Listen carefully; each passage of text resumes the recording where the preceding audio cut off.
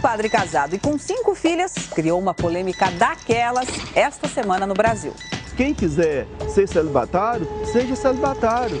Quem quiser se casar, casa. O padre Osiel acaba de ser afastado da igreja e ele não é um caso isolado.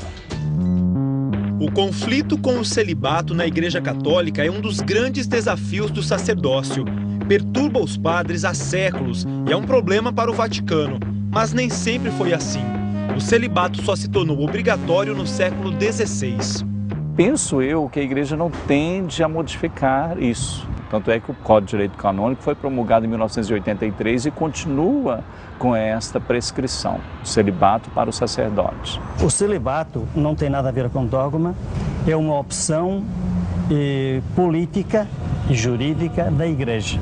O Papa pode, quando quiser, se quiser, dizer acabou o celibato. Com 2 filhas e uma neta, o padre português João Tavares, que chegou ao Maranhão 40 anos atrás, largou a batina em 1979 para se casar. Nos últimos anos, organiza reuniões com outros padres casados. Em nome do Pai, e do Filho e do Espírito Santo. Na periferia de São Luís, no Maranhão, o padre Caetano, celibatário por 18 anos e casado há 4, ingressou na igreja vétero-católica, uma dissidência da igreja romana, para poder continuar celebrando ritos religiosos. Aqui nós encontramos um grupo de padres casados. Eu passei a sentir necessidade, vontade de constituir uma família. Eu digo, então, para não haver escândalo, para não haver problema, não até mesmo escandalizar, eu digo, eu prefiro sair. A Igreja Católica tem hoje no Brasil aproximadamente 18 mil padres. Esse número já foi bem maior, mas nos últimos anos, muitos decidiram assumir o relacionamento que mantinham secretamente, se casaram e por isso foram obrigados a abandonar a batina. Estima-se que pelo menos 7 mil padres deixaram o altar para assumir o casamento. Muitos deles hoje querem ser aceitos de volta na Igreja Católica, mas sem abrir mão da família. Eu tenho processo no Tribunal Otomano. Eu poderia tranquilamente voltar para exercer as minhas funções como padre casado. A Igreja Católica, sob o comando do Papa, tem 2 grandes divisões em seus ritos: o latino, adotado na Europa, África e nas Américas, e o oriental. As igrejas do rito oriental, embora subordinadas ao Vaticano, aceitam padres casados, desde que o casamento tenha ocorrido antes da ordenação. No nosso caso, nós somos da igreja latina, né? Sempre se achou que havia uma adequação muito boa entre celibato e ministério sacerdotal. E até hoje se acha assim. Agora, pode ter um momento em que isso mude também. Celibato opcional. Esta é a principal bandeira do padre Osiel. 62 anos, casado, 5 filhas. Esta semana ele foi afastado oficialmente das atividades religiosas pelo arcebispo de Goiânia. Mas Osiel não pretende se aposentar. Eu não vou espedurar a batina, não. Eu vou continuar trabalhando humildemente. Ele não pode exercer o ministério, mas ele será padre para sempre. O casamento não atrapalha nada, não? Eu acho normal. Um pastor pode casar, um padre nem pode casar, não pode? Ninguém está imune ao amor, né? O amor pode chegar na vida de uma pessoa depois de uma escolha definitiva. Uma aventura. O mineiro Fábio de Melo, 37 anos, é padre, professor, cantor e compositor.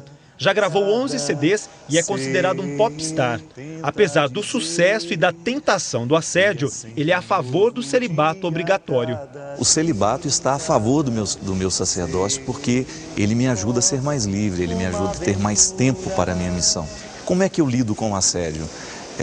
Tratando com respeito, pedindo esse respeito e, ao mesmo tempo, deletando o que precisa ser deletado, né? O celibato ainda vai alimentar muitas polêmicas. O Vaticano não demonstra disposição para rever essa questão tão cedo.